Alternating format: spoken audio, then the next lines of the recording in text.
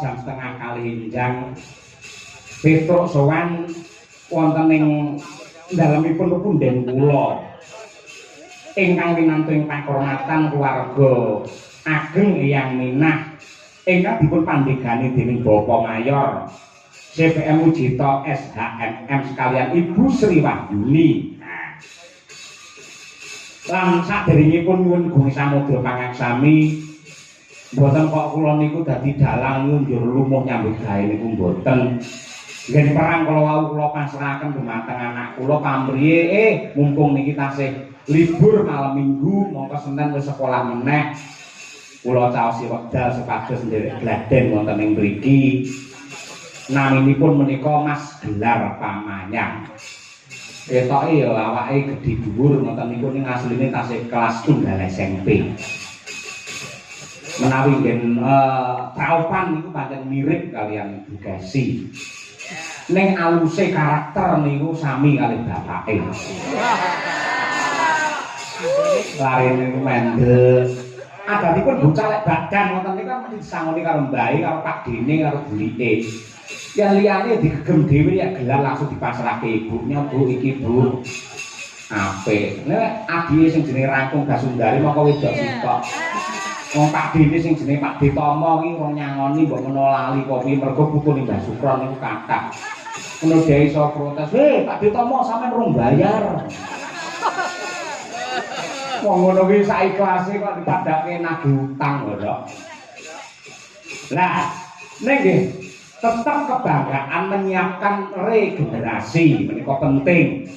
Apa to gunane bapak iku mayang tekan ngendi-ngendi gamelan wayange pirang-pirang yen anake siji-siji ora ana sing gelem dalang. Iki mangke kula nglumpukke wayang nganti pirang-pirang kotak, gamelan nganti pirang-pirang set tanggulunga karo anak yo malah didol. Ampun didol. Yo pamane manyang karo adol wayang boleh. Boleh. Nganti ogur adol wayang tok terus keseniane ditinggal niku ndak boleh itu seperti itu. Nah, kejawi saking menika nggih pancen alhamdulillah dipun paringi kanugrahan dening Gusti anak sing iso mayang nadyanto nembe sinau amargi bloko kemawon Pak Mujito kula wingi pas napa niku poso niku gandeng kula niku wonten keluar teng driji kula niki manis niki kudu dicopot kukunipun kepeksa kula copot. Niki mulai tukul niki punan. Nek menawi kangge gerak sabet sing rada atraktif ngoten niku dereng wani. Kula nggih gumun niki keng napa niki mboten ngerti. Nek ngerti-ngerti lara tentu yen sing nggon sakite mboten umum. Mongko yen karmane kudune ora iki sing iki lho. Malah iki. Nuwun. Ora kabeh.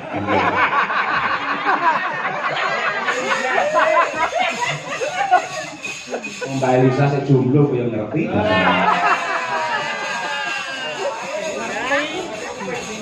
Langsung masih jomblo lah pengalaman. Tak njabane lumrah nih. Mila Pak Mujito niku duka ingkang kathah, ingkang ngapunten ingkang agung saestu. Lah sakmenika gentos kula tak minangkani pamundhutipun para sepuh sing adatipun angger kula sowan wonten Ponorogo. Bu Kesi kok yen ning radio kali Pak Anto mesti kok nembang tutup manggung ning bareng melu bojone dhewe malah tau tutup manggung. Itu. Kula pitados sing tasih keparenggah niku genah piyai sepuh sing tasih kemutan sok nyetel radio, ceklik ngoten dalangipun Pak Anom Suwaka terus utuh manggung melengking dening Sinden Kesi. Saderengipun kula ngaturi Mas Gareng kalian Mbak Elisa. Yo, Bu Kesi gemene wektu disanggawe tak aturake karo Bu Sri, tebun saking Surabaya, Bu. Kula manyang teng Ngawi dengan nusul, iki teng Karanganyar nusul sekalian nyewa mobil. Wingi teng Madiun yo nusul. Kok nusul terus to Bu nanggape kapan ya? Ya ten, betul dipun tresnani yo matur nuwun. Bapak Bu Kesi Arahayu, istriku tersayang. Cinta.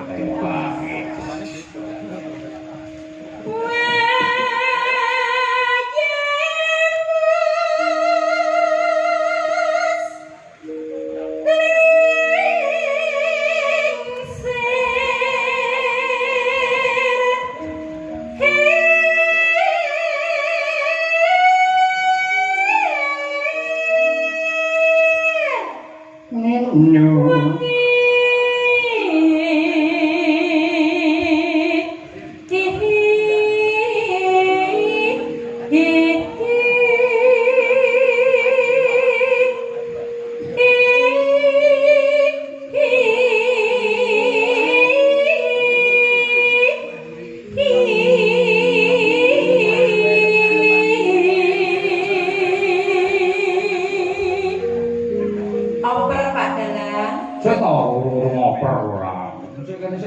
dirasake kok wis oper.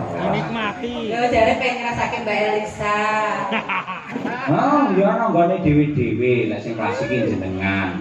Nek lek nganggo guyang-guyang niku pancene Mbak Elisa. Dadi ana nggone dhewe-dhewe iki. Macem-macem konservatif.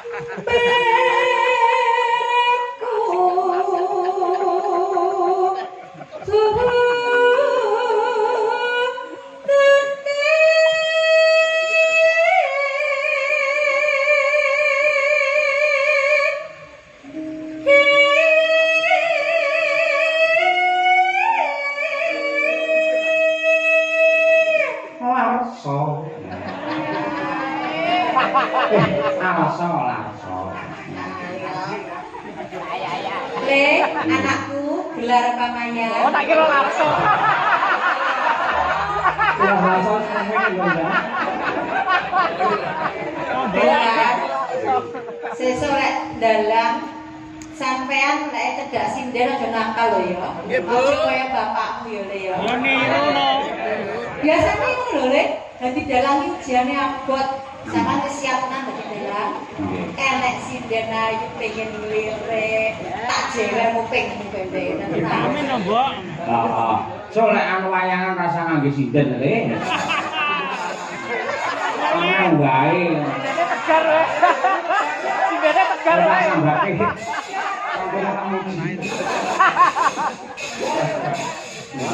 Agak mbok. Tegar. Aku lek anak lanang pamane karo wong gelarnya Mbak SMP niku rekake ya saiki patung ngangge apa jenenge iki minyak wangi. Nanti nek bapake entek. Wes, sajake rekake ya wis mulai tebar pesona ning sekolahan. Wes SMP aja kaya ngono, Pakmu mbiyen SMP ngerti apa-apa lho, Le. Wong bijak rapi karo mbokmu rawangi nangis kejret. Ayo. Ya.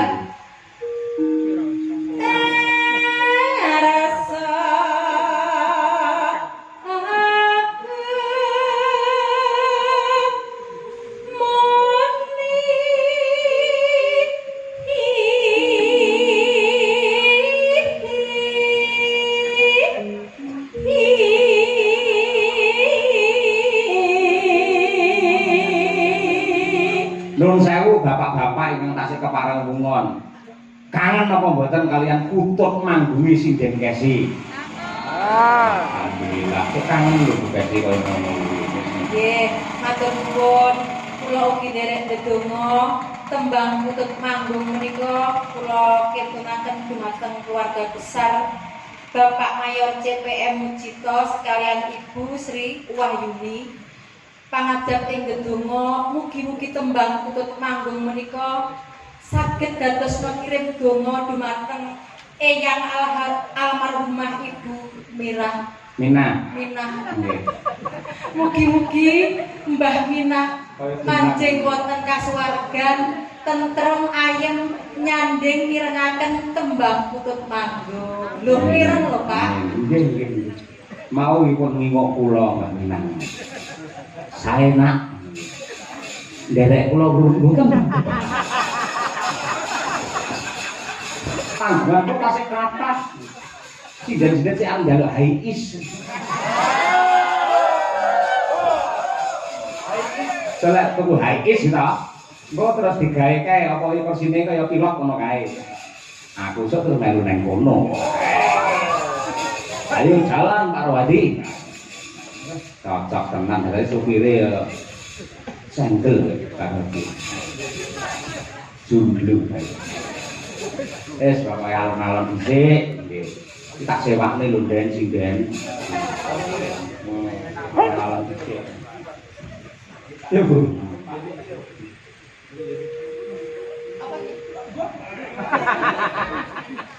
Nemplang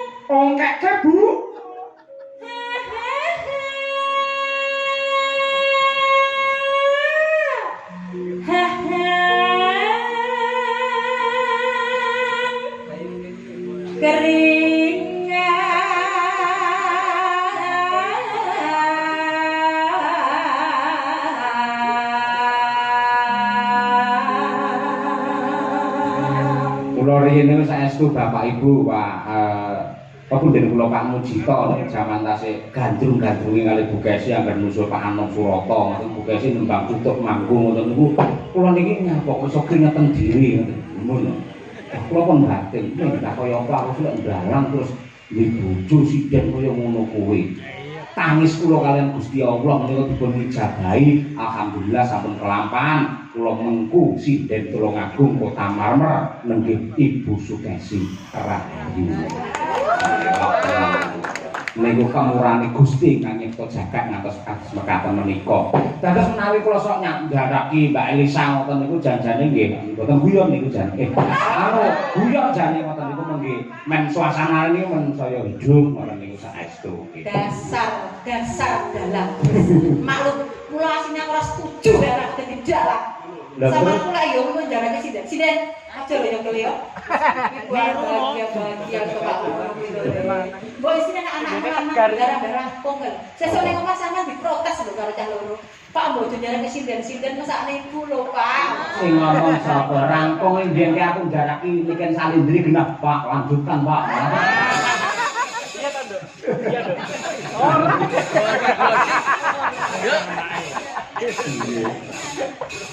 Ayo.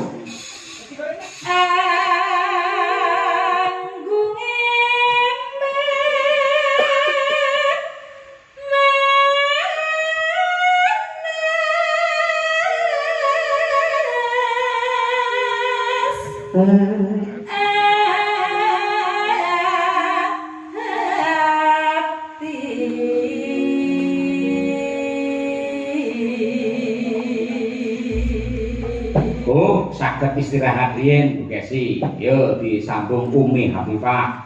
Manggung latihan tok wirung kulino nganggune putut. Nah ya. Sinau dhisik. Sinau nembang maksude.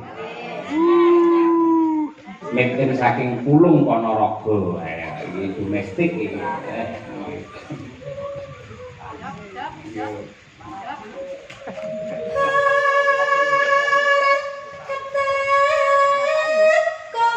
Apa guys? Apa guys? Ya guys. Apa?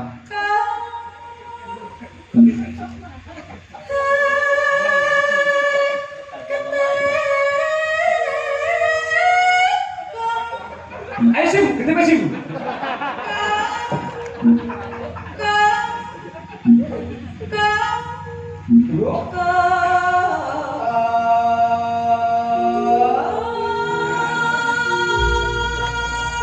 Kula mboten salah, Haji Mas nggih mboten salah, lukis nggih mboten salah. Sing salah niki rezim.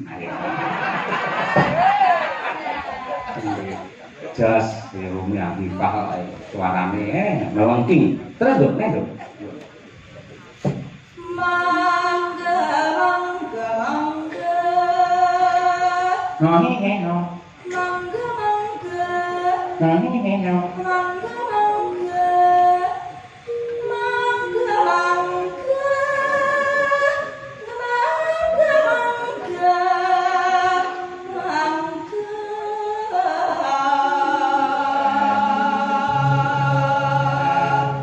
Jatan kong neme sakwis loro.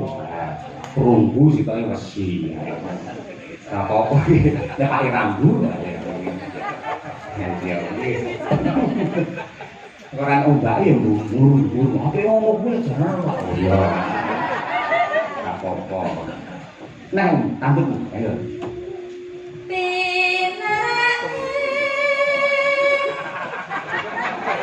Mas tak kira lek gareng munggah lho. Matur nuwun.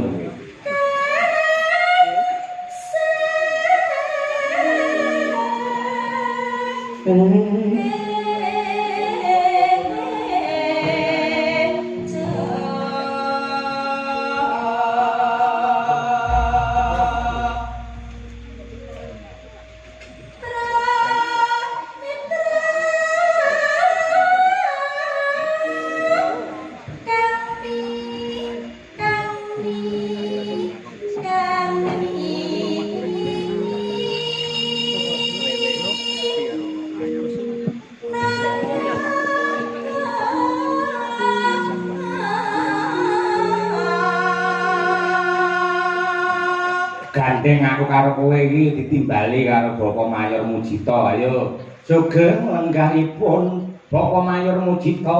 Lho. Sugeng lenggahipun Bapak Mayor Mujito. Bapak Mujito langsung mantuk terus astane mlebu ning sak.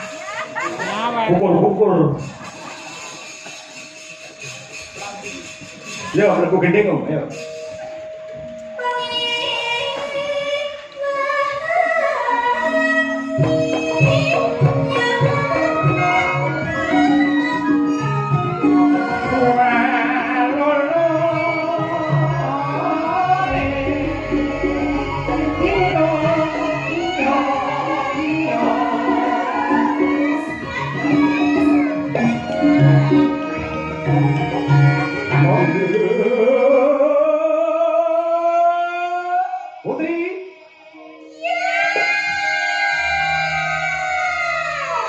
Nadyan ta wis para esuk aja nganti nyuda semangate. Ya, senggane baleni meneh. Yuk, pira swara? Yo, sinden kabeh. Cik, ro, ilu.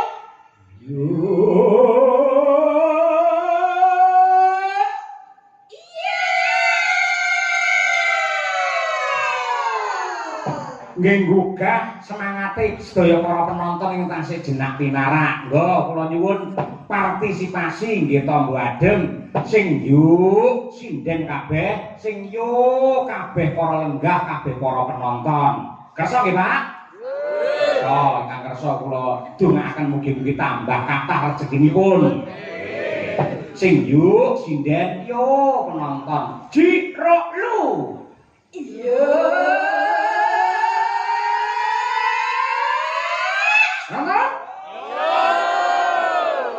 Sinden sakanane tepuk tangan untuk penonton Ponorogo luar biasa.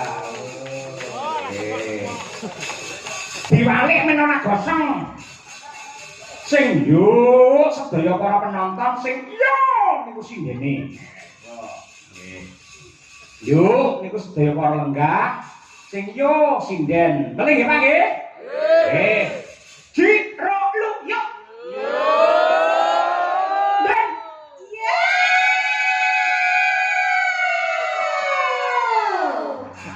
Tak tonton momot gabah kabeh penonton muga-muga barokah. Terima kasih. Kembali Bu Kesi, ayo Mbok Genti.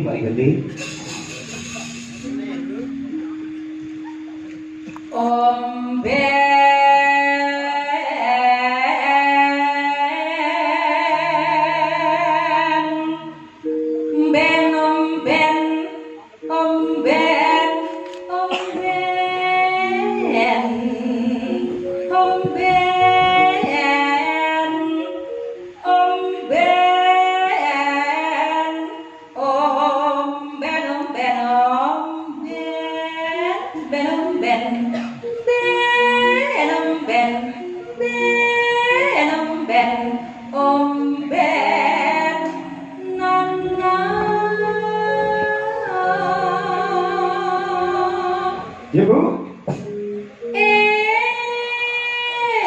Aku tute dialane cilik. Aku.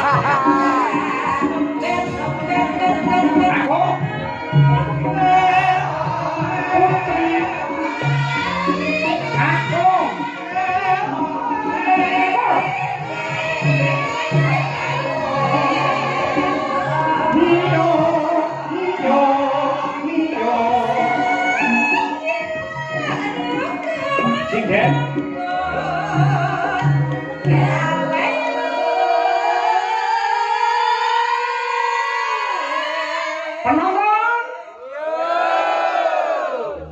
Ya nyeni kabeh kok ya potare ya kok ya luar biasa. Ngombe terus segone teko. Kok pinter ya Mas Ladene ngepaske. Heeh, bar mobil lak mangan ya begini. Nggih, pas banget. Nek mlakune alon-alon timlik. Matur nuwun dumateng kadang-kadang juru ladi Karang Taruna ing ringing mriki sembah nuwun. elok temenanan kopen tenan bengi matur nuwun Pak Mujito katresnanipun dhumateng kula sakanca. Mugi-mugi dados amal kesaenan panjenengan anggenipun tansah paring kamulyan dhumateng para seniman. Nggih. Yo, oper, ayo. Nah, mangan.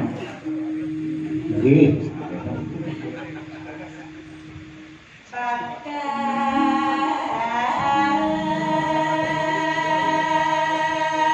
Paduro.